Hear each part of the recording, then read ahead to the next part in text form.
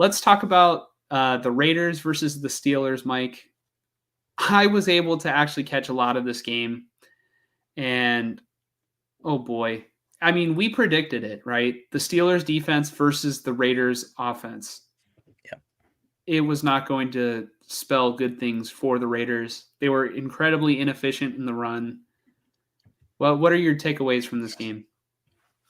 Yeah, when we talked about this game last week, we did not know, although I may have said something along the lines of, it's a possibility that Aiden O'Connell would get the start, and he did. And after the first drive, it looked like that was the clear-cut, obvious choice to make, because drive number 1, they went down the field and they scored a touchdown, and they looked very good on offense. And then after that, I don't know. It was like Luke Getsy lost his AI privileges. Or what's the thing that writes paragraphs for people now for like their homework? Chat GPT. Chat GPT. Like his Chat GPT for play calling got revoked after the first drive, and it just went to shit. But it wasn't just an offensive struggle. There were some highlights, like Brock Bowers, 9 catches for 71 yards. He just looks lethal. But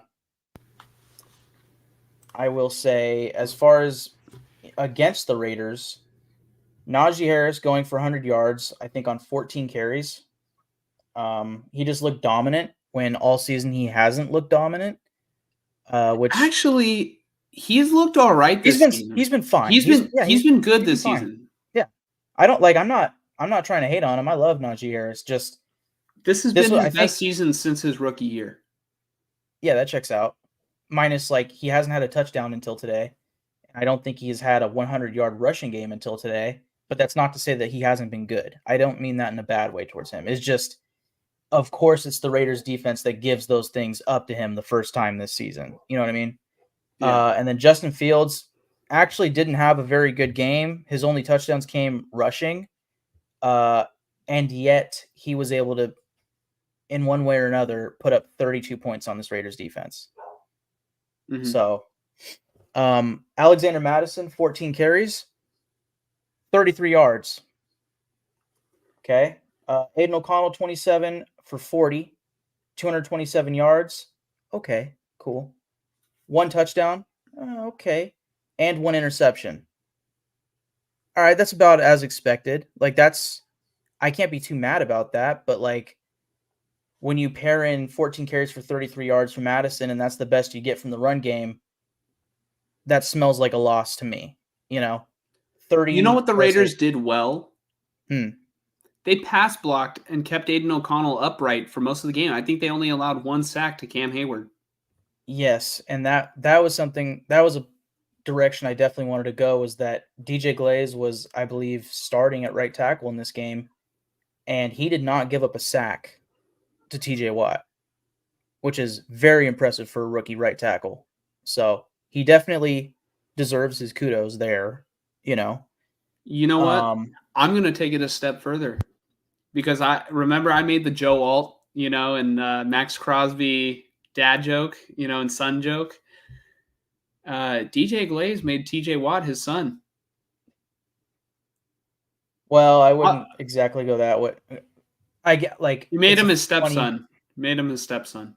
We gotta scale it back a little bit, because the Raiders ultimately didn't do anything on offense. But yeah. In the pass rushing or pass blocking sense, you could say that as a joke for sure. But TJ Watt did get a major strip of Amir Abdullah on the goal line late in this game, I believe in the third, maybe even the fourth quarter, right when the Raiders had like a slight chance to start coming back. Just completely wiped the game away. That entire sequence, I want to talk about that. I want to talk about that entire sequence, because that was some of, like, we talk about coaching inexperience with Antonio Pierce. This was a bad moment in his coaching experience because the Raiders got very close to scoring a touchdown. It almost looked like they might have scored a touchdown. You had Amir Abdullah making a good play, rushing to the left side and diving for the goal line, and it looks like he might have gotten in. And then instead of challenging it, the Raiders do the exact opposite. They rush to the line, not even giving time for like somebody upstairs to tell Antonio Pierce, hey, maybe we want to take another look at this one. Instead, I'm thinking to myself as they're running this play, I'm like, what are they rushing to the line for? If anything, you should challenge this play. And then they hurry up. They run the next play. Amir Abdullah fumbles. That's sealed the game right there. And even the announcers were talking about it. Like, I don't understand why they ran hurry up. And I forget if the announcers said like, they should have taken a look at that play. I think they should have absolutely. It was worth taking a look because it's like it was kind of so close to tell whether or not the ball might have crossed the goal line. If it would have possibly been a touchdown, or if not, maybe the ball would be spotted at the inch yard line instead. But yeah, the Raiders rushed for God knows why. There was plenty of time left in that game. Yeah. I don't know.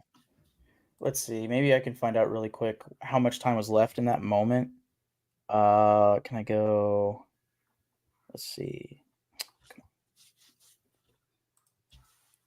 How do I do this? Play by play. Yes. All right. Fumble.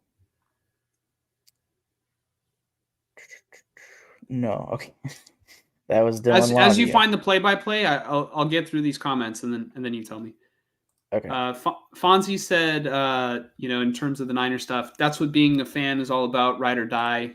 Talking about, he's picking the Chiefs in that game. Yeah, man, I don't know. I responded to that in the comments. I'm rooting for the Niners in that game. I just think that, the Chiefs might take that one because they're coming off a bye. Fonzie said, I see how you can feel like that. They're not as strong as their record indicates, though. Plus, Brock is miles ahead of where he was last year rehabbing his elbow. Yeah, that's true. But they still have to win the game. So, Will, tuning back in, says, yo, my guys. Will, welcome back. Welcome. Week 3 in a row. Made it not super late this time. Yeah, it seems like you already did your laundry. You already steam pressed all the sheets, and you returned all the tapes. Yeah. What were you gonna say, Mike? I don't think Will got mixed up with Paul Allen today. So yeah, that's good. The business cards. Yes. Okay, so the fumble that was forced by TJ Watt happened, it looks like, with 14 and a half minutes left in the fourth quarter. So I'm talking out of the third quarter, the very first play of the fourth quarter was the 10-yard run by Amir Abdullah where, he almost got in the end zone, or maybe he did. I don't know. And then, like you said, they kind of rushed it, ran a play on the 1-yard line, and TJ Watt is able to force the fumble. I agree. I don't know. I think if I had to put myself in Antonio Pierce's shoes, he's probably thinking, okay, let's see. He got 10 yards. It has to be a first down, right? Let's see. No huddle, right tackle. It might have been. Oh no, it was okay. It was third and goal. Oh, yeah, it was third and goal on the fumble play. So I'm assuming. See, where my head went was like maybe Antonio Pierce is thinking, I can't waste a timeout and get that wrong, So the reason why because it was 22-7. The reason why he was able to gain a couple yards, and we didn't even bring this up right before the Abdullah rush to possibly get that touchdown right there. the Raiders had a wide open touchdown to Alexander Madison, wiped off the board for an illegal man downfield. And the Raiders did not challenge the penalty. They could have, I think, challenged that penalty because the play clock ran out. The clock hit zero. No, the game clock ran out. It hit triple zeros. So was supposed to go to the fourth quarter. The play should not have even been run, and it backed the Raiders up. And then Abdullah makes a good play, possibly gets that touchdown. They don't review that either. And then the next play, fumble. It's like 3 strikes and you're out. That was the 3rd strike right there. Yeah. I was confused by the ineligible man downfield call. I was kind of... It was a bad call. It was a bad call. Yeah, I just was like, I don't understand how he's downfield, but whatever, right? You know what? I guess... yeah, I don't know. Because there have been worse instances that don't get called. And then, I mean, credit to the officials. They are finally calling it this season. I have noticed it called a lot more this season. And illegal formations. They've been making an emphasis this year to address that. But they are, they're still not super consistent with it. Yeah.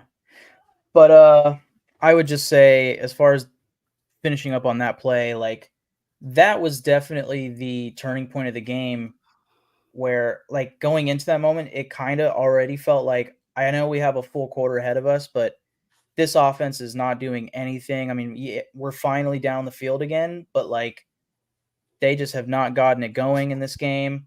It's 22-7. They are on the goal line. It could be 22-14, and then you're down 8 points. You're down a touchdown and a 2-point conversion with the entire fourth quarter to go. Fumble, Steelers recover. That just was like, that was the game right there. That was the game for sure. And then it sure was, because the Steelers ended up punting, but then the Raiders get the ball back. They get an interception. Steelers get a touchdown off of that, 29-7. Raiders go down, score a touchdown, but it's too little too late. Field goal for the Steelers, downs for the Raiders, end of the game. Like, yeah, I'm just over it. I really don't care. I just want the first overall pick, really. Like, I'm honestly, what I was going to say about the ineligible man downfield, like, I was making myself lunch while watching the game on my phone at that moment. And usually, like, my past self would have been like losing my mind. What the fuck is that call? All this stuff. And then the fumble on the goal line, I'd just be like falling out of my chair. Like, what is happening? And I was just sitting there like, I cannot wait to eat my food. Made a really good sandwich. Yeah, I made yeah. Fonzie asks, "Hey Mike, would you take Jimmy G over your current quarterbacks?" Jimmy G, what? I would. Ooh. If I wanted to win more, man, no. The answer for me is no. The answer. Yeah, I would still take Aiden O'Connell over him. And I would take Gardner Minshew over him too. Honestly, I would. Like, I don't hate the quarterbacks currently for the Raiders. Whenever the Raiders do draft a quarterback, I don't really necessarily want Gardner Minshew still here. But if it's best for the contract or whatever to just keep him next year, hey, it's not a bad thing to have multiple quarterbacks that can start.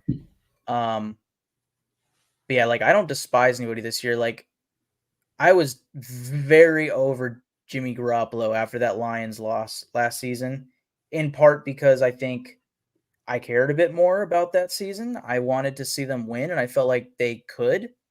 And hey, I came into this season feeling like we should be better than last year. We should be a borderline wild card team. And here I am in week 6, just completely throwing in the towel. Just like, I don't care. This team, like, we were talking about the Niners and the Chiefs being injured. The Raiders are fucking injured, man. And it, like, It's not, I don't think, as many as the Chiefs, but, and hey, again, credit to the Chiefs, dude. Fucking Andy Reid, Mahomes, etc. But we just lost Christian Wilkins. We've been struggling at running back. I mean, even without Zamir White, it's no different than having him there, unfortunately. But we've had some offensive linemen go down. I mean, Malcolm Kuntz before even week 1. It has not been fun.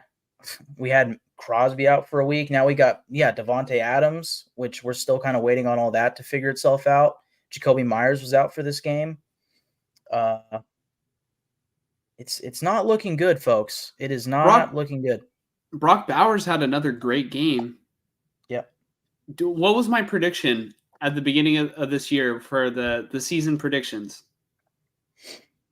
Uh, My prediction was Brock Bowers was going to look like a stud, and the narrative was going to be, oh man, Bowers is actually, he's legit. We need to get him a quarterback that can throw him the ball. Yep. Yeah, we're seeing it in real time. Yeah, and my thought, come to the Silver and Gold YouTube channel for the future in the moment.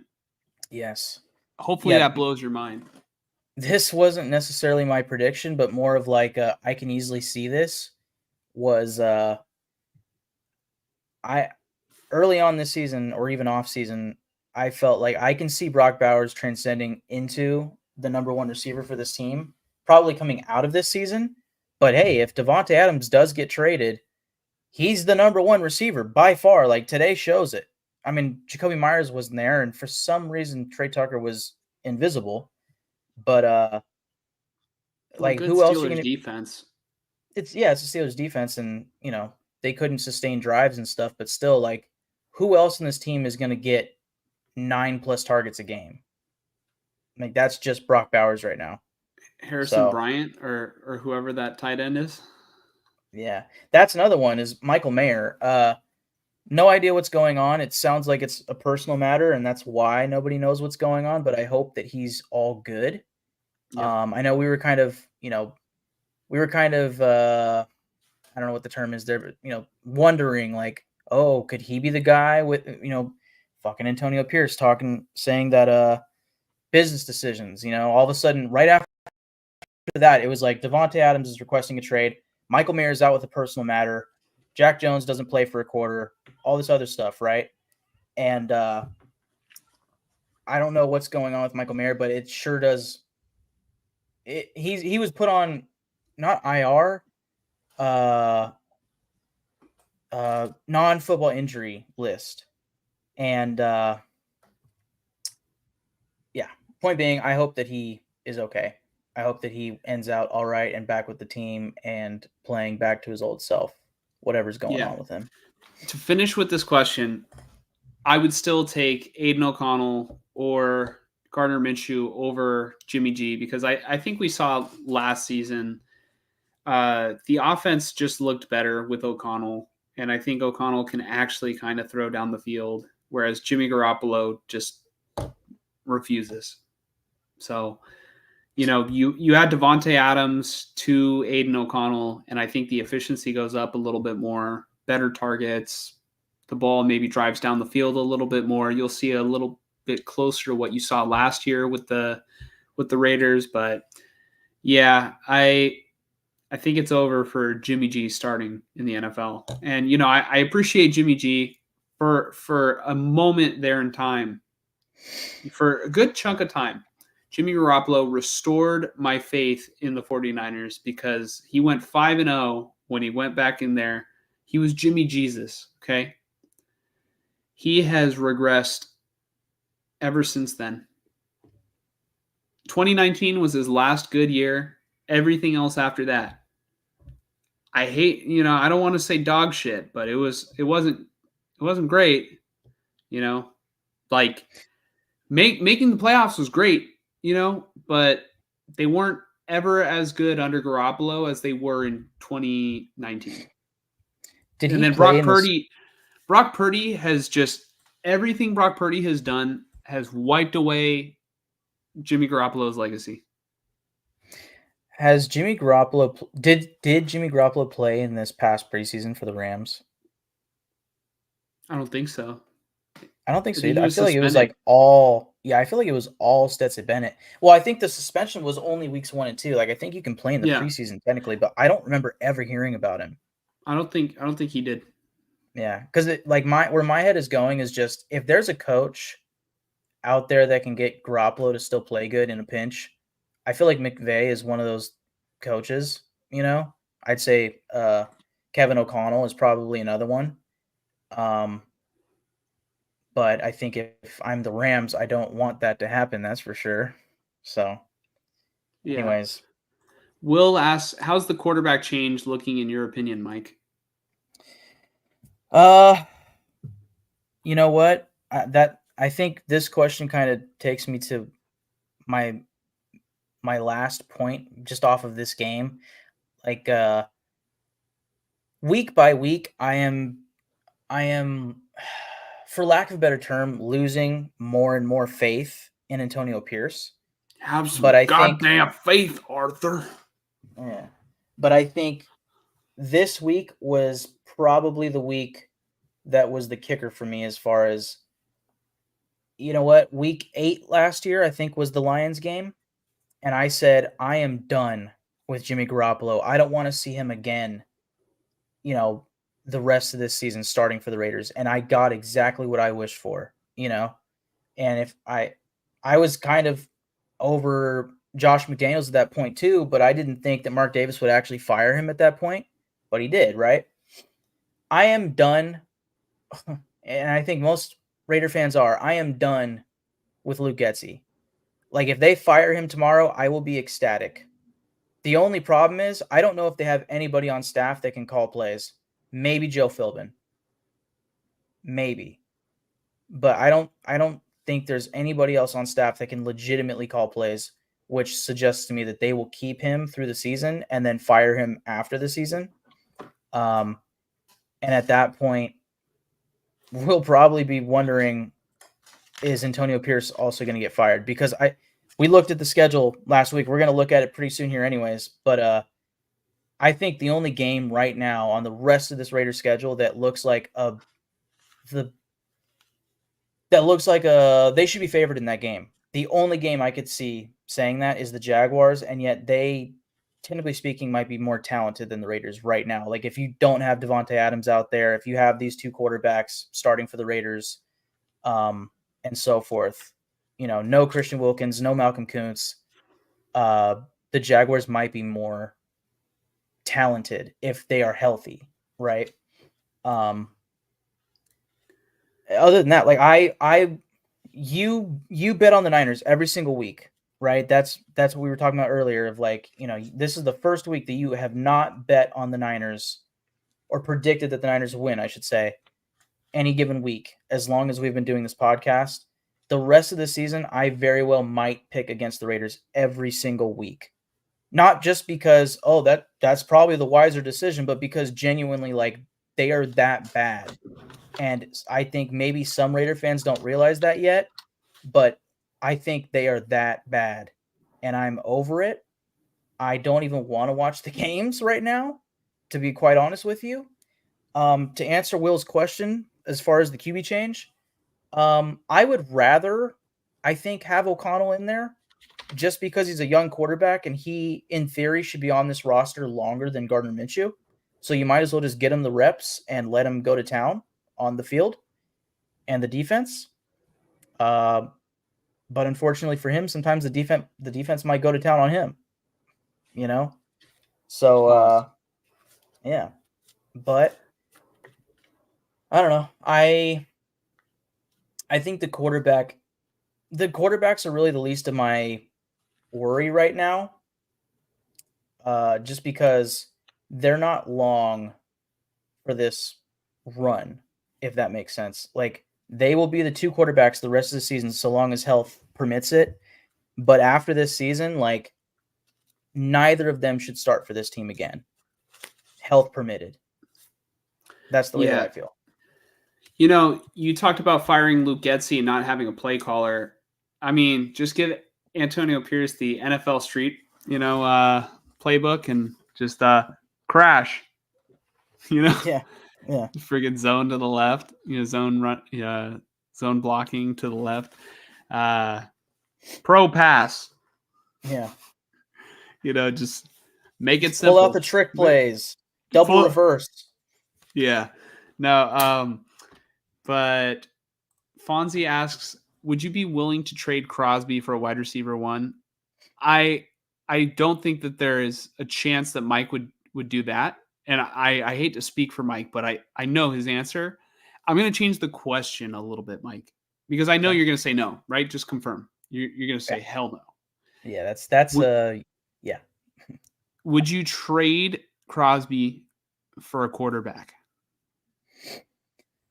I don't think you need to because they suck. I really believe it's between the Raiders and the Jaguars right now as far as who should get the first overall pick. Maybe the Panthers are up there, depending on how their season goes. Because I think Doug Peterson might get fired tomorrow, dude. I think you even said that in the group chat. He shouldn't have a job at the end of tonight. If injuries were to start plaguing this team, I could see the Browns being in discussion, and they could certainly use a new quarterback. The Broncos, I think, are going to be a team that's going to keep fighting week in and week out. They're going to get scrappy wins. The Chargers are not going to be in the running for the first overall pick.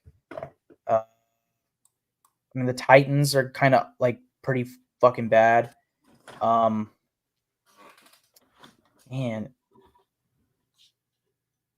nobody in the NFC West is dog shit necessarily. Let's see, NFC South. I already mentioned the Panthers. The Rams are dog shit. They're 1-4, and we're going to talk about the Rams. Yeah, okay, but I guess my issue with the Rams is I think once their receivers come back, they're going to start leveling out, and they'll probably have a 500 season. They won't be in the running for the first overall pick. We'll talk about the Rams. We'll talk about the Rams in just a second here. But okay, NFC East. Not the Commanders. Oddly, the Cowboys are actually kind of bad right now, but they're not going to be in the running for the first pick. You know that. Eagles, no. And then Giants, I think a lot of people thought the Giants would be one of those teams in the running for the first pick, but I think they'll be more around 10th overall.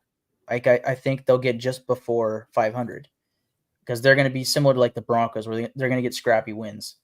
In the NFC North, nobody in the North is going to be running for the first overall pick. AFC North, like I said, maybe only the Browns. The Bengals have a bad record, but they're better than that.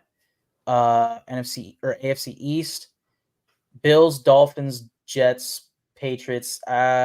Patriots are going to be probably in the running. The Jets should get wins. And the Dolphins, it's really just a matter of if Tua comes back. Until then, they are a flaming, flying pail of garbage, dude. Oh my God. AFC South, like I said, Titans, Jags. You said who was that flaming? The Dolphins. Oh. Until Tua comes back, I don't know. This is a bad look for Mike McDaniel. No? Horrible. They just extended him too. Yeah, and you can't get Waddle and Tyreek to get Yak. That was the whole idea of him coming from the Niners is oh, they're the Yak Kings. And they can't I get that their quarterbacks suck, their backups suck, and they probably should have focused on that, especially considering the injury history of Tua. It's man, you really should have vested better in a backup a Jameis Winston. Josh Dobbs.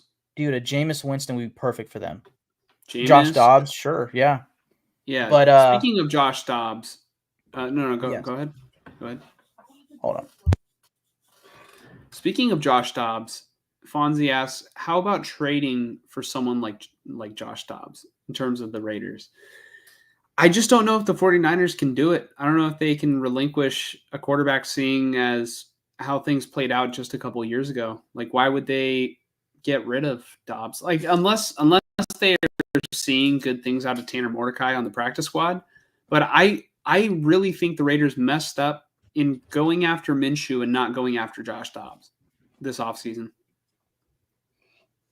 Yeah, I like Dobbs a little bit more.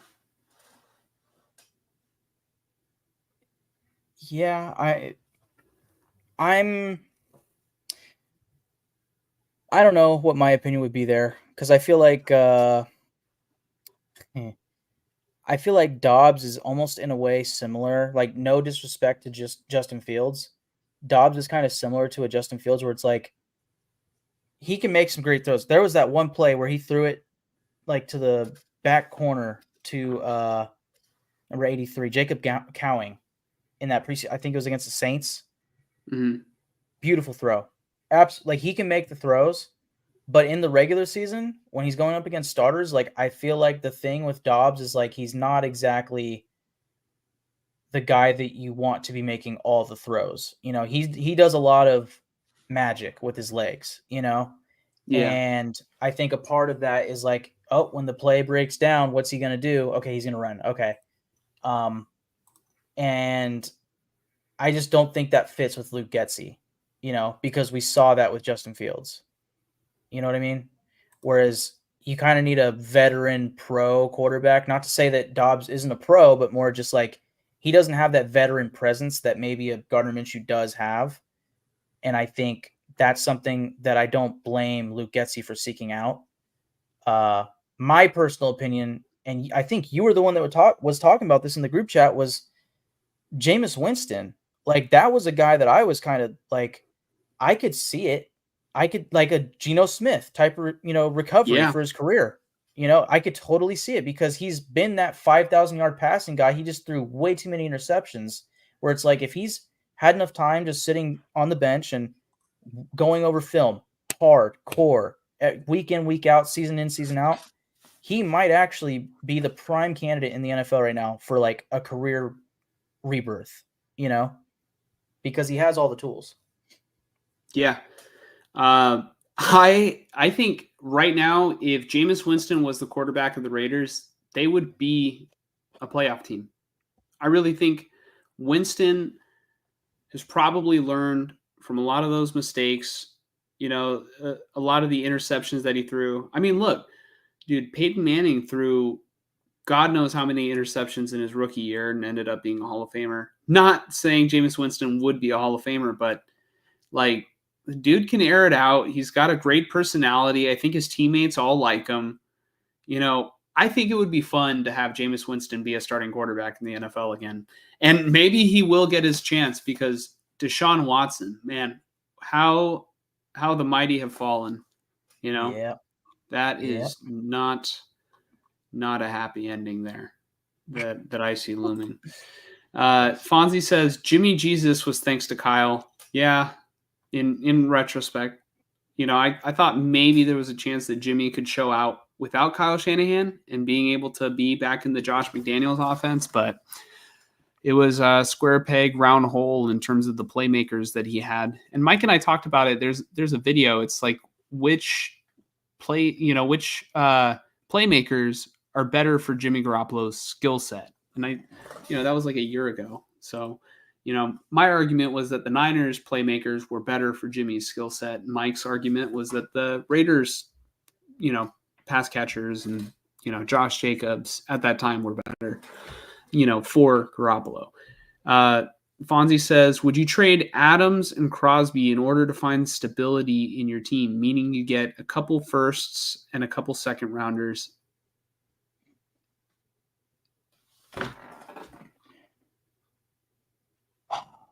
I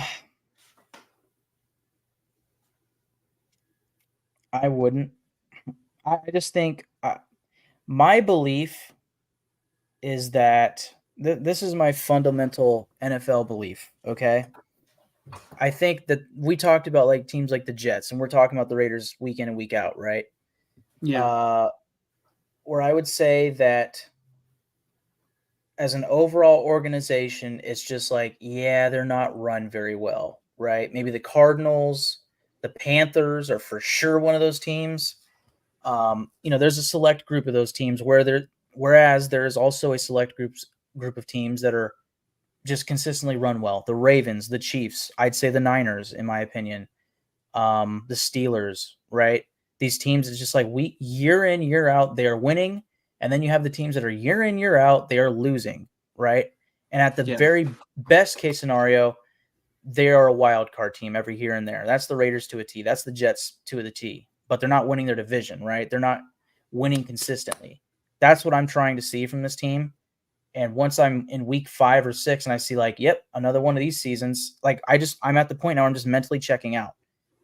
All that aside, my fundamental belief in the NFL is that essentially what Al Davis used to preach, which was when you have great ownership and then you get great coaches and they coach their players into great players, and then you just do one thing and you win, right? Like that was one of his main mantras, was like, great organizations get great coaches, they coach well, they make great teams, and they win. I think coaching is imperative to winning. And I was a big believer in Antonio Pierce, and I still think he can be very good for the Raiders. But I'd say the problem is this is a coach who, hey, he has NFL playing experience, and we've seen that work. Look at a guy like, I'm forgetting his name, but the Texans head coach. DeMeco Ryans. I was trying so hard not to say Elvis Dumervil. Don't know why, dude. Don't know why. I haven't heard that name in forever, but I think Elvis Dumervil may have played for the Texans at a certain point. He definitely played for the 49ers, but and the Broncos, I think. Yeah. But anyways, DeMeco Ryans, ex linebacker turned coach. The difference between DeMeco Ryans and Antonio Pierce for me is that DeMeco Ryans went through like the clear-cut trajectory of becoming an NFL head coach, whereas Antonio Pierce, I wouldn't say that he cut corners. It's more of like the Raiders kind of cut corners, you know? It was like, all right, he's our linebackers coach. Cool. For like, what, a year or two? And then it's like, well, we need an interim head coach. Let's get this guy who, you know, has that sort of leadership skill to him, and all the players really buy into him and stuff. And it works, right? Elvis Dumervil. He was a Bronco, was never a Texan. Like I said, he might have been. Ravens, and then 49ers in 2017. See, I know my Niners. Yep. But, yeah.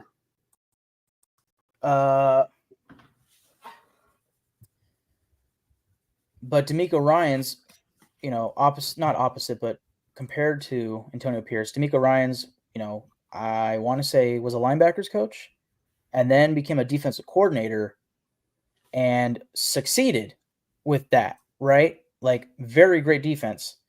And then became the head coach of the team that he once played for, the Houston Texans. And it's like, oh my gosh, it's just working so well. The other aspect to that is that they have a GM in place who is also very good at his job, right? It's not just coaching. It's also, can the general manager, can the people in charge of personnel be good at their jobs, like exceptional at their jobs, like the Ravens have been for decades, literally. Like, that shit is so important to team building and to sustaining success, or that's why the Chiefs are so good, is because they have Andy Reid, they have a great GM, and oh, by the way, they have a great quarterback. So in my opinion, what the Raiders need is a great head coach, a great GM, and oh, by the way, a great fucking quarterback. We have the great defensive end. We don't need to trade him for picks when, if we just keep sucking, I almost said a stupid word right there. If we just keep sucking this year, we can get that quarterback so easily. And oh, by the way, you can fire your current coach. Hire the right guy. If they were somehow lucky enough to be interesting enough to a Ben Johnson, I almost said Lane Johnson. God damn. Ben Johnson from the Lions. If they were somehow lucky enough to be an interesting enough team for Ben Johnson to be like, you know what? I will become the head coach of the Las Vegas Raiders. Now you have the head coach. You just have to hope that Tom Telesco is good, because I'm assuming he's not going to be fired after 1 year. Get your quarterback, and within 2 years, in theory, you can be a playoff team.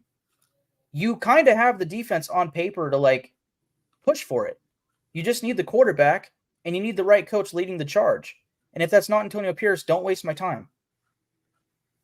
So to answer the question, sorry, I didn't even notice that Adams was in this. I'll easily trade Adams because wide receiver is a very replaceable position, whereas defensive end, especially a top 5 defensive end, if not top 3 in this league, that's not necessarily just replaceable. Like when the Raiders traded Khalil Mack, they didn't just replace him.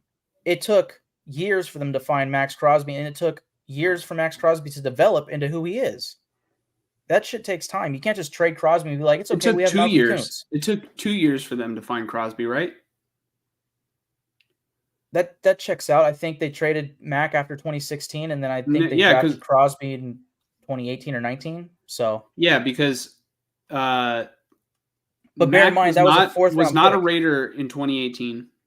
Mm-hmm. Neither was Crosby. Crosby drafted in 2019. So the following year, like I'll take it, dude. But that is an anomaly. That's not the norm. That is an anomaly because he was a 4th round pick. Like, how often are you going to expect that from a 4th round pick? In theory, you're drafting a Tyree Wilson and you're hoping that he becomes the guy. And if Tyree Wilson in 2 years from now walks in free agency because he has a Cleveland Farrell type, career, it's like, well, that didn't work out. It's too bad that we traded Khalil Mack. Or Max Crosby. It's not worth it. It just I want to keep players long term, especially players that the Raiders draft. Like that's something they need to develop as a franchise, as an organization, is keeping players in house and building that shit up. You can't just keep depending on free agency. I think Christian Wilkins was playing exceptionally until his injury, but it's not often that you can find a Christian Wilkins in free agency. You're usually going to find a bunch of busters. I'd say a really nice a pickup for the Raiders recently was Robert Spillane. He's been playing great, but you're not going to find that very often. You need these Max Crosbys, these Jackson Powers Johnsons, Trey Tuckers, whoever it is that you draft. You need them to play good, keep them long term. That's what I want. I want the right head coach. I want the right GM. I want the right quarterback. If you can give me those things, there's no reason. You know who could have brought you that? Al Davis. I don't know. Jim fucking Harbaugh. That's why I was bitching and moaning about it all off season. We've had this conversation how many times? My dad at the dinner table has said the same exact thing as you just said right now, and my answer will always be the same. If he was never going to sign with us, there's no reason to talk about it. Yeah, there's no reason to get up in arms about it. But look. All right, hey Jim Harbaugh, do you want to coach the Raiders? $1 billion? Obviously, an exaggeration here, but yeah, like that is the guy with the track record. Just offer him the bag. Offer him the bag. How can he say no? Yeah, I mean that's just my thing. Is like Mark Davis's recent track record is that he does offer the bag. Like if I'm Jim Harbaugh and I'm looking at my potential suitors, I'm probably thinking like, actually, if I'm Jim Harbaugh and I'm looking at my potential suitors coming into this offseason, it's like, well, the Chargers are cheap as fuck, whereas the Raiders like to pay their guys. Because the Chargers, up until Jim Harbaugh, have been cheap as fuck with their head coaches. That was Tom Telesco's tenure with them, was like, hey, Tom, find us a head coach. By the way, you can like maybe give him $2 million at best per year, which let's as a random number, like that's dog shit, right? Then like, a John Gruden is looking for $10 million per year. Jim Harbaugh, I don't even know what he got. It's probably like 14 or some shit. I don't know. But if like players look at their potential suitors before they go in and start talking to teams, I'm sure the coaches are the same way of like, all right, so these are the available teams. These are the teams I'd be interested in. These are the teams I'd like to talk to, yada, yada. I don't know. I could see where Mark Davis was probably like, you know what? I'm tired of striking out on these big ticket guys. Let me go for something. It's the same conversation we've had before, but like, righting his wrong of the Rich Bizakia, like that was very much written on the wall here with Antonio Pierce. But anyway, that's a whole other discussion. Yeah. But we've gotten this, into it. Yeah. The point about this though, I'll easily trade Devontae Adams. I'm fine with that. Get something, like if he's going to be gone, his contract's not guaranteed coming out of this season, like starting next season. So he's going to keep demanding trades if he does stay. Right now is the best we'll probably get for him, Yeah. So trade him. Like third rounder plus a pick, fuck it, fine. Like I'd like to get a second rounder, but if it has to be a third plus another pick or just a third, get something, But Crosby, I don't you can't trade him. If you trade Crosby, there is not a single player in free agency that comes to the Raiders thinking, I can't wait to win there. They're thinking, I'm sorry, how much are you offering me? That's all they're thinking. No state income tax? I could do that. Yeah, I could struggle there for a couple years. Sure. For, way more money than any other team's going to pay me. You need to have a guy like Max Crosby not only to be taken seriously, but like, okay, Ben Johnson. Hey, Ben Johnson, you want to coach the Raiders? We just traded Max Crosby. I think I'd rather talk to the Titans, dude. Sorry. I don't know. It's just, no. Fonzie said, I would say hell no as well. I think referring to trading Crosby for a wide receiver one. Yeah. And then he says they took Breida and Mostert too, referring to the Dolphins, I think with their yards after the catch. Fonzie agrees that he's comfortable with Dobbs as our backup, not relinquishing him. Yeah, all right, but here's the thing. And here, I'll bring up this comment. Fonzie asks, Mike, would you take Dobbs or Minshew? I feel like I kind of answered this, but just because of the veteran presence, I guess I would take Minshew. But maybe for where this current Raiders team is at, I might take Dobbs because he's a little bit more of a question mark hue around him. Whereas Minshew, it's like, I think I know what I'm getting here. So for where the Raiders are at, sure, I'll take Dobbs. Mm-hmm. So, yeah, I would also take Dobbs over Minshew. That's just personal preference. One interesting thing, though, would Kyle Shanahan take Joshua Dobbs over Gardner Minshew? I want you to think about that. I have a feeling that he would take Minshew over Dobbs if they were both the same price. Kyle Shanahan? Yeah, because right now Josh Dobbs is the quarterback 3 behind Brandon Allen. Yeah, I feel like he would take. I feel like Minshew would be, a little bit closer to Purdy's skill set, be the veteran. I feel like if Minshew was on the 49ers right now, Kyle Shanahan would have him as quarterback 2. Whereas Josh Dobbs right now, you and I can both agree we maybe prefer him a little bit more over Minshew. Dobbs right now is the quarterback 3 on the Niners. Fonzie says Winston is kind of like Baker. It's a good comparison, But I'd say Winston has always been more upbeat and positive, and Baker has always kind of been like I guess always been viewed as a diva, sort of, as a quarterback. Fonzie said Renfro is ideal for Jimmy. I mean, he was literally on the team with Garoppolo last year, and we thought that was going to be his go-to guy, and it just didn't happen. Not everyone is coachable, though. Doomerville haunts Mike. That's a Bronco for sure. Yeah, so that's why Mike brought up Elvis Doomerville. Crosby is generational. Still replaceable, though, if you get the right exchange. Yeah, I mean, everybody is replaceable for the right, exchange. The thing is, though, who right now in the NFL, if you were to do a 1-for-1 for Max Crosby, would you take?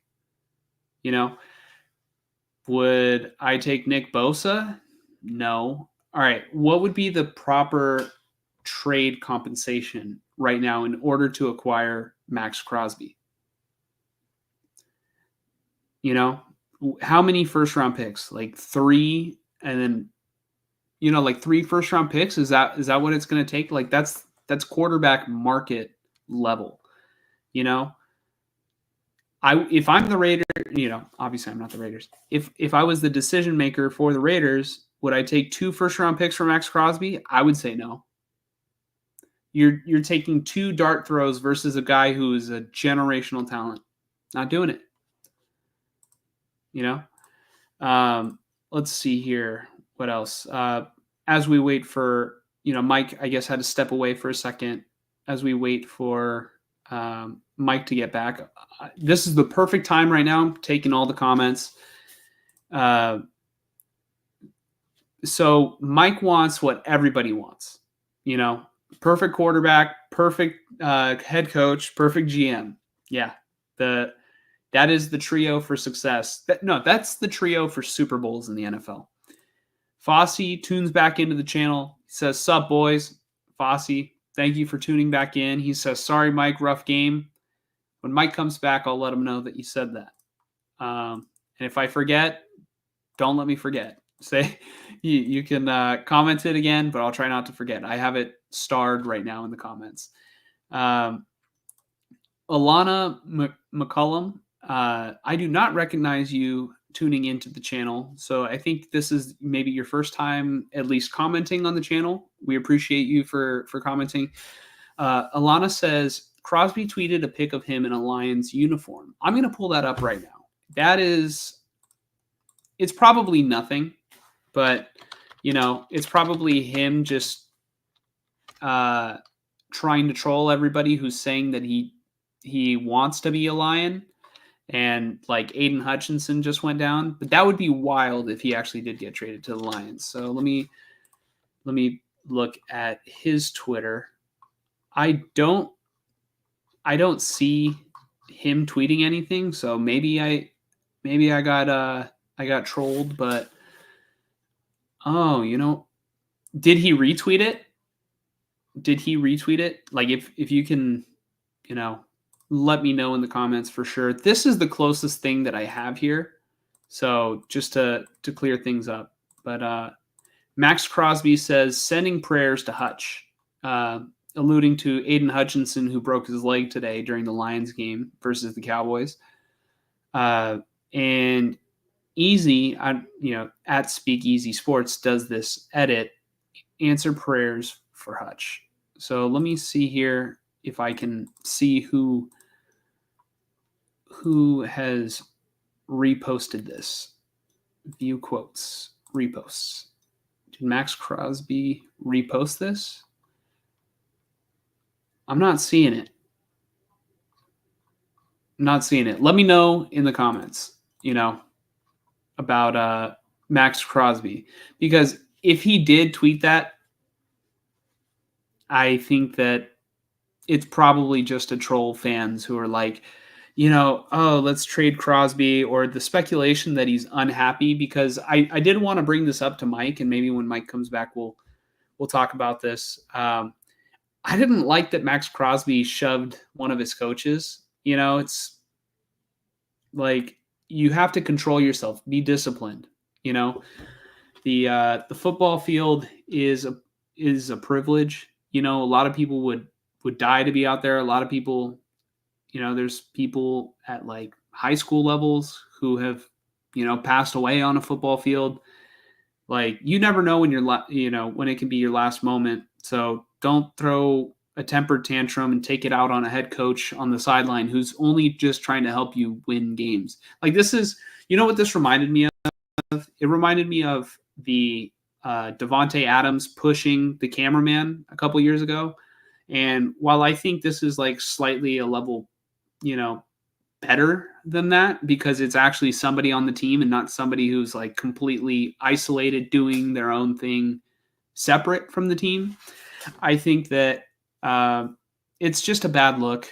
It's like, there's kids who are watching who are going to see that grow up and do the same thing. Like, we see it with baseball when people show up to umpire or anything. Like, nobody, it's not even just for the kids. It's like, it's also, it's just not a good look to be pushing your coaches. We get it. You're frustrated, but control yourself. That's just my opinion. Max Crosby can absolutely, he has an invite right here to tell me to shut up if he wants to comment under the show. Max Crosby, I know that you're a big fan of the show. Thank you for watching. He's in the comment section. Well, not in the comment section. He's one of the viewers right now, clearly, right? But yeah, Fonzie says Pierce is what you as fans wanted. Referring to Raider fans. Probably not Mike. I think Mike was a little indifferent. Still waiting for Mike to come back. Mike was a little bit indifferent on whether or not they could keep Antonio Pierce, but I think Mike really wanted Patrick Graham to stay as the defensive coordinator. So, you put 2 and 2 together. The only way for that to even have a chance was to hire Antonio Pierce as the head coach. And, he wanted the continuity of having Patrick Graham's defense from last season on the Raiders because it was the first time in a while that the Raiders had a good defense. You pair the Raiders defense last season, towards, as soon as Antonio Pierce took over, and I guess you can include this season's defense.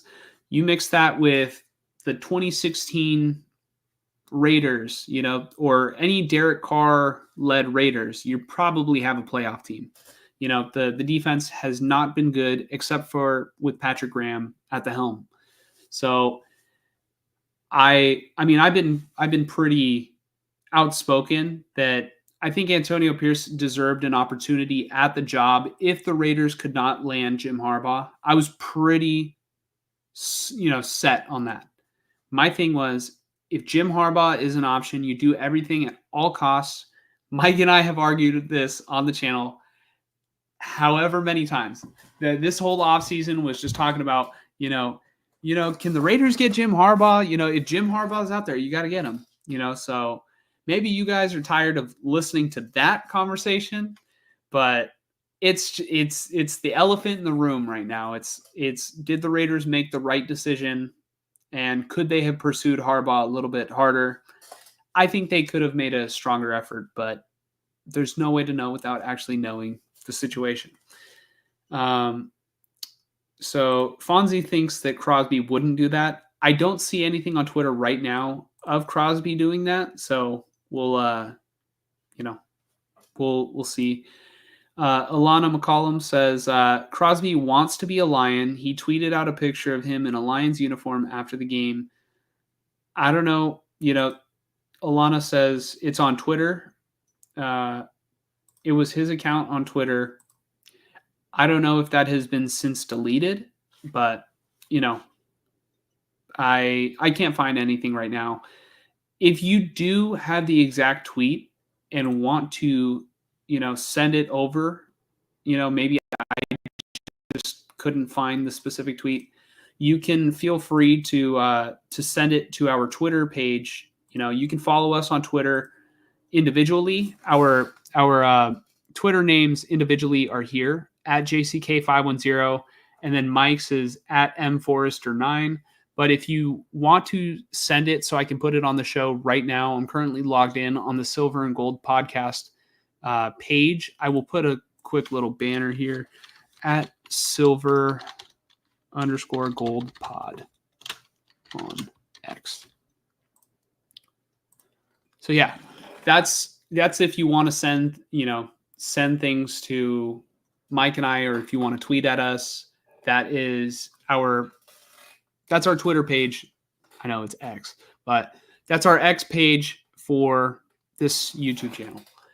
But going on furthermore to the comments, I'm going to take this off the screen so I can put comments here. Where did I leave off? I think it was Alana, talking about the Crosby tweets, alleged Crosby tweets. Fonzie says, I feel like Dobbs is more proven. Yeah, I don't know. I think that's debatable because Minshew was literally just a Pro Bowler last season. And, Dobbs, for as good as he was at stretches last year, was also, he did struggle a little bit down the stretch. All right, he was really good when he first started out in Arizona last year. And then he was, he got ran out of town as soon as Kyler Murray came back. Or even before that. didn't Colt McCoy take back over that team? And then Kyler Murray came back, if I'm remembering correctly. Then he went to Minnesota and looked very good in Minnesota. And then, a couple games after that, kind of struggled. And I don't think it was as bad as like him deserving to be benched for Nick Mullins. But, I think that personally, if you put Dobbs and Minshew on this Raider team and had them battle it out, I think I would be more in favor of Dobbs for the weapons on the Raiders, But it's honestly close. It's close between Dobbs and Minshew. Fonzie says, I feel like Dobbs is secretly our number 2, referring to the 49ers number 2, while being listed number 3. I don't know. I mean, that could also be the case too, but the thing is, do the 49ers have 3 quarterbacks on the active roster on game day? Or is it Brock Purdy, Brandon Allen, and then Dobbs is the emergency quarterback? Because if that is the case, then Dobbs can't come in the game unless both Brock Purdy and Brandon Allen both get hurt. You can't even, let's just say Purdy goes down and they put Brandon Allen in the game. Purdy gets benched. That's not going to happen. Purdy goes down. Brandon Allen's in the game. If Brandon Allen sucks, you can't bring in Josh Dobbs unless you have him, in a designated roster spot. So I think that matters. Him secretly being the number 2, it matters on game day when you need to actually bring in the backup quarterback. So, yeah. 2 firsts for Crosby. Yeah, I think that's what I said. 2 firsts, I would say hell no. If I was the decision maker on the Raiders, 2 firsts would not get it done. I would not trade away Max Crosby for 2 firsts. That is just asking for Raider fans to burn their jerseys and, stop watching the team. Fonzie, also a guy can only do so much. I think referring to Max Crosby, one player can only do so much. Maybe you get a haul for him. Yeah, but I mean, it's kind of like this. If you have watched Family Guy, and obviously, how intellectual of me to make a Family Guy reference, to something relevant, right? If this was Family Guy, this is like the mystery box, versus taking the free boat, where I think Peter had won a free boat, and the guy's like, or you can have this mystery box, and Lois is like, oh, I think we'll rather have the boat, and Peter's like, wait, Lois, see, a boat is a boat, but this mystery box can be anything. It could even be a boat, That's what trading Max Crosby away for just first round picks would be, because you don't know if you are going to pick good players. Look a couple years ago when John Gruden traded away Khalil Mack. They got 3 first round picks out of it, and maybe a third. They ended up drafting Josh Jacobs, who was a good pick, a little high for a running back, but still, he was their bell cow for how many years? The other players they got were, I want to say Henry Ruggs was one of the players that they got from that deal. Maybe Henry Ruggs was actually their draft pick that they got. Yeah, maybe Henry Ruggs was the draft pick that they actually got from their standings. But the other player was, what was his name? What was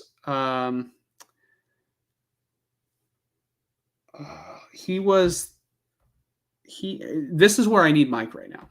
But the player's name, he was the one who flashed the gun, right? And then got released later.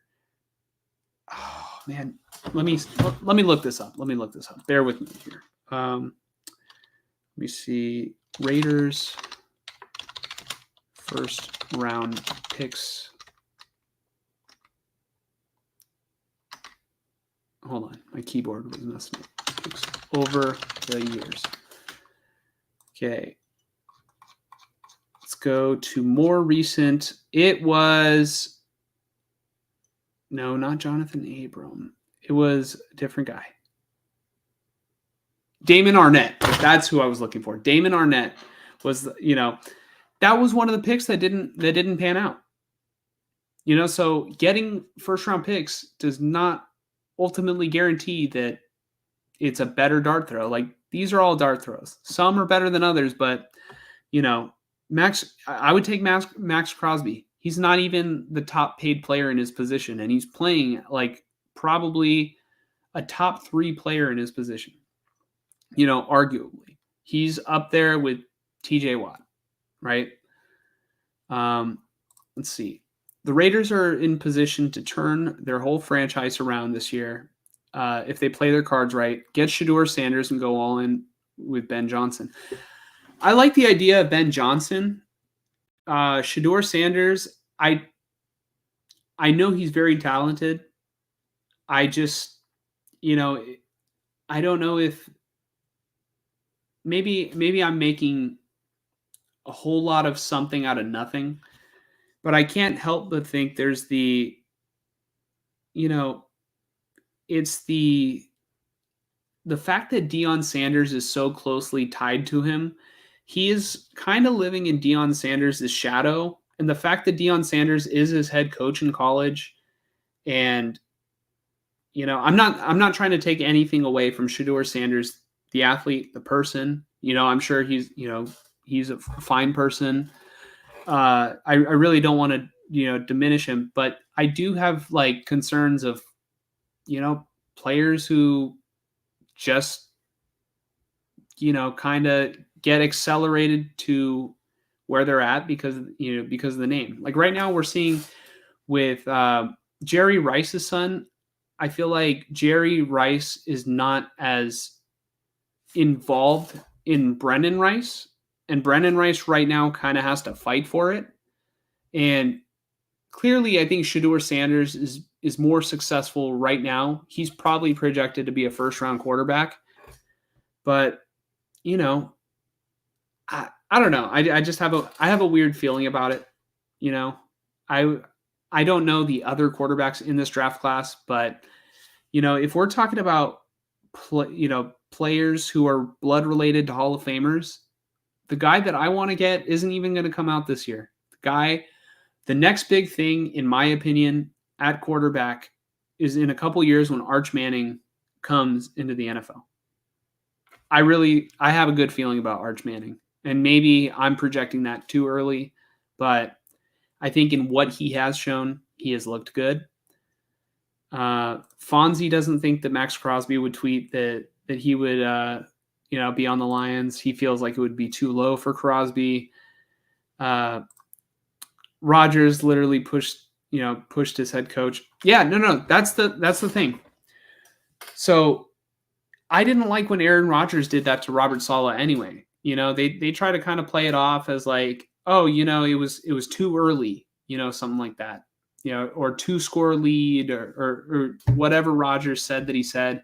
But that was a bad sign. And Robert Saleh is, by far the quickest firing of a head coach this season.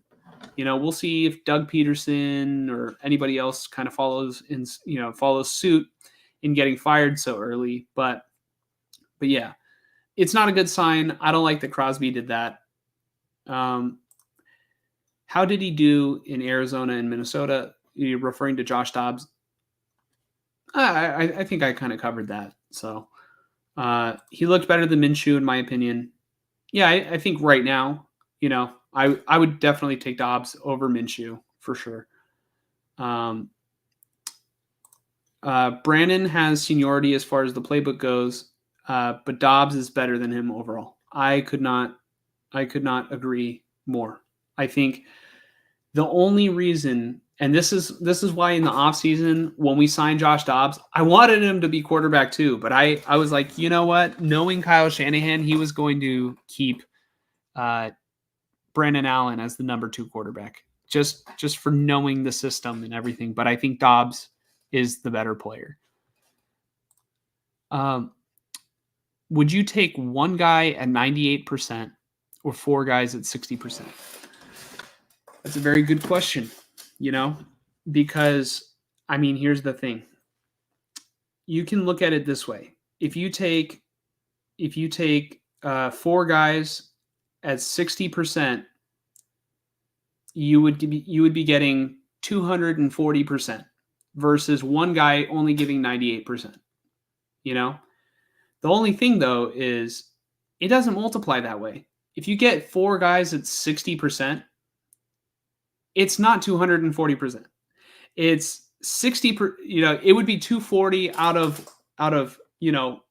400.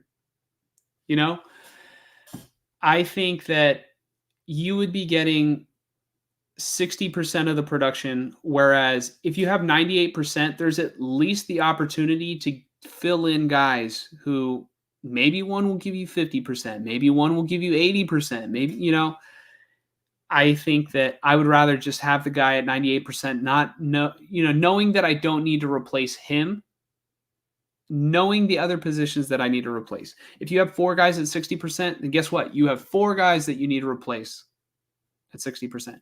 Now, if you asked me four guys at 80%, that's different. I'd rather have four players giving 80%, not 80% effort, but like production. I'd rather have four players giving 80% production. Maybe that's a little bit closer of a comparison, but yeah, I think that, I would take the 98 unless it was 80%. Yeah. Jonathan Abrams, he honestly might have been flashing a gun too. Fossey, I was looking for Damon Arnett, but I think Jonathan Abrams also had his issue with him too. Ruggs was another Russell. Jamarcus Russell, of course. Sorry, I'm not a Raider fan, but I talk about the Raiders probably more than a non-Raider fan should. So, welcome to the Silver and Gold podcast, where we talk about 49ers, we talk about the Raiders. I am the 49er guy. Mike is the Raider guy, but we still give our outside perspectives on each other's teams, and we give our sort of fan perspectives on our own teams. So, yeah. Let's see. I feel like Sanders' kids will be number 3s at best. Like, you're talking about third round picks, or are you talking about like third stringers? I'm assuming third round picks, or maybe third overall. That's a big difference. Let me know. Maybe Robert Saleh is the one to turn the Raiders around. I don't know if the Raiders would be flying in line to get Robert Saleh as their head coach when the Raiders' struggle has been their offense. If the struggle is offense and Saleh couldn't fix the Jets' offense with Aaron Rodgers, I don't think that the Raiders will be first in line, because I don't think the main problem right now is the Raiders' defense. I think it's their offense. Maybe a little bit of both, but it's for sure the offense more than the defense. Four guys that impact the game at different positions. Yeah, I think that's true. Like, all right, if you tell me that you could have one Max Crosby or four Juwan Jennings, I would probably take four Juwan Jennings. That's four playmakers who aren't at the top of their position. If we wanted to take it away from percentages and like put players, I'm not saying Juwan Jennings is like a 60%. I'm saying like maybe 80% production kind of player. Let's see. Fonzie says neither is he a Raider fan, but here we are. And Fonzie clarifies third stringers. They seem to fold in big moments, if not, for the stage. Their dad's stature puts them in. Yeah, I don't know. That situation is just a little unprecedented to me in terms of a parent being so involved But I mean, it's good that Dion is involved with his children. I think it's good. Like as a father, I just don't know how good it will be for the professional development of their careers, but we'll see. I don't know if Mike is going to be coming back. So for now, I'm going to remove him from the screen and I'm going to provide a Raiders versus Rams preview. Yeah, I think something came up and Mike had to step away. But he says if I want, I can put in his pick for the Rams. So I'm going to go ahead and pull up that spreadsheet. This is a first time right here on the podcast where this is an extended period of time where I do not have Mike. So no, it looks better this way. Yeah, this is all me right off the cuff. Let me go ahead and preview this, I guess, myself. Raiders at Rams. Mike has already said that he's going to pick the Rams. If I got that wrong or if anything changes, Mike will let me know later in the week. But I have seen the Rams firsthand. The 49ers handed the Rams their first victory, and the Niners were in firm control of that game until the very end. The Rams were able to come back and win because the 49ers could not close out that game. One thing I will say here that is going to be very interesting is I think besides later on in the game for the Raiders, I think that early on in the game they did a good job against the Steelers' run game, and then clearly as the game went on, they couldn't hold. The Rams right now are without most of their top pass catchers, excuse me. They are without Puka Nacua. They are without Cooper Kupp. I think they're still without Tyler Higbee. They're without some starting offensive linemen. And the Rams are sitting at 1-3 right now at the bottom of the NFC West. This is absolutely a must-win game for the Rams.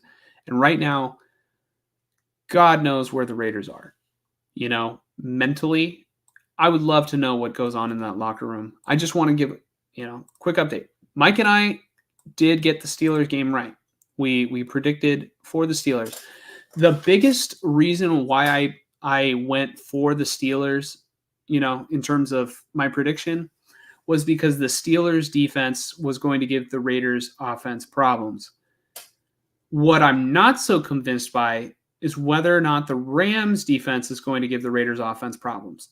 Like, I'm sure the Raiders offense would have problems even just against a scout team right now. The thing is, though, the Rams defense, not that far off from a scout team. Like they have been better, or they were better in their last game than they were, I guess early on in the season. They made a couple adjustments here and there, but I don't know, dude. My gut is telling me Antonio Pierce is coaching for his job right now. Luke Getsy is coaching for his job right now. That's assuming that they even make it to week 7. Make it to that game on Sunday. I'm pretty sure it's not a primetime game. Let me double check. Raiders versus Rams. It's Raiders at Rams. I feel like, call me crazy, but right now, my gut is telling me that the Raiders are going to win this game because, see, my keyboard's messing up. You guys saw that firsthand. Out of nowhere, I have a Bluetooth keyboard, so it'll disconnect for a second and it'll keep pressing the button that I was most previously pressing. Mike is back in. Mike with a last-minute return. Yes. Mike, are you surprised that I'm picking the Raiders in this one? Judging by the way that you were talking earlier, not really. It sounds like you are very low on the Rams this year, and in part probably because of their health right now, and I don't exactly blame you. Thank you, Fonzie, for welcoming me back. Yeah. Also, Fossey said sorry about the Steelers game. I said I wasn't going to forget. I said I would tell Mike. I am not that sorry about it. I want the first overall pick. So you want the first overall pick, right? As a fan, yes. Antonio Pierce has to feed his family. Yeah. Oh shit. Oops.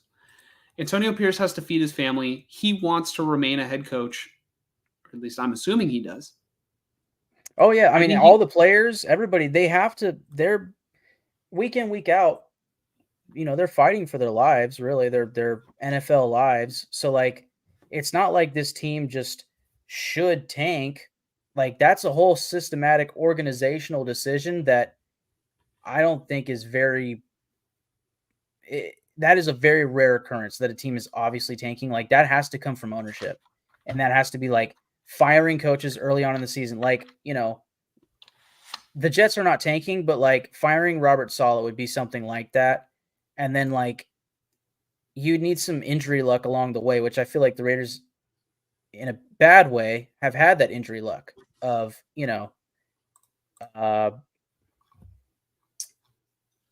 Christian Wilkins, even Crosby being out for a week, but Devontae Adams, like it just within 2 to 3 weeks, it feels like, they have hit rock bottom and they are going to stay there for a while right now. I will just say, because I got abruptly stopped and I might have to go away again in a second. I'm sorry. Just for a second. We're almost done here. We're wrapping up. But just even though I know this is the Rams versus Raiders preview, one last thing from last week's game, and this can be a point to this week, is like Trevon Merrick, Max Crosby, and Divine Diablo had very, very good games on defense.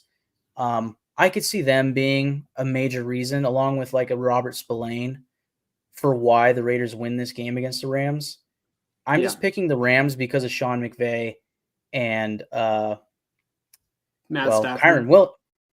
Matt Stafford, but also Kyron Williams is playing very good. And hey, I mean, Najee Harris had his best game of the season this past week. I wouldn't be shocked if Kyron has a great game as well. And it's just Sean McVay force feeding like he usually does, but then again, Matt Stafford doing Matt Stafford things. So, well, here's what I will say.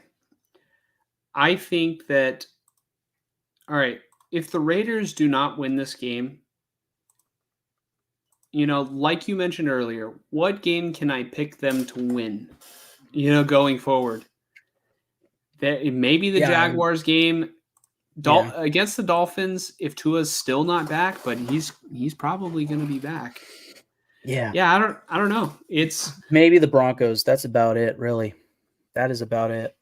I don't think the Raiders are like just some I don't think they're a 2-win team, They're going to win another game. Yeah. No, they will.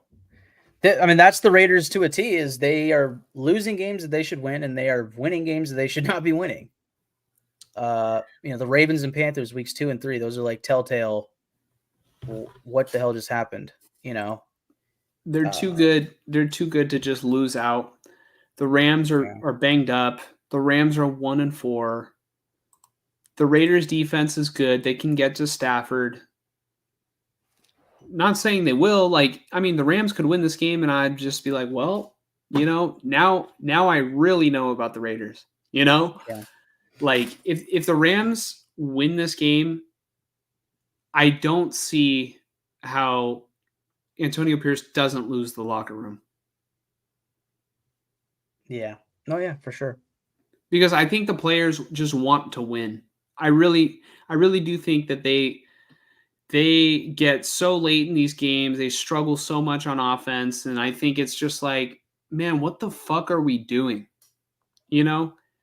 Why the hell am I playing my ass off when the offense is like not giving us any help?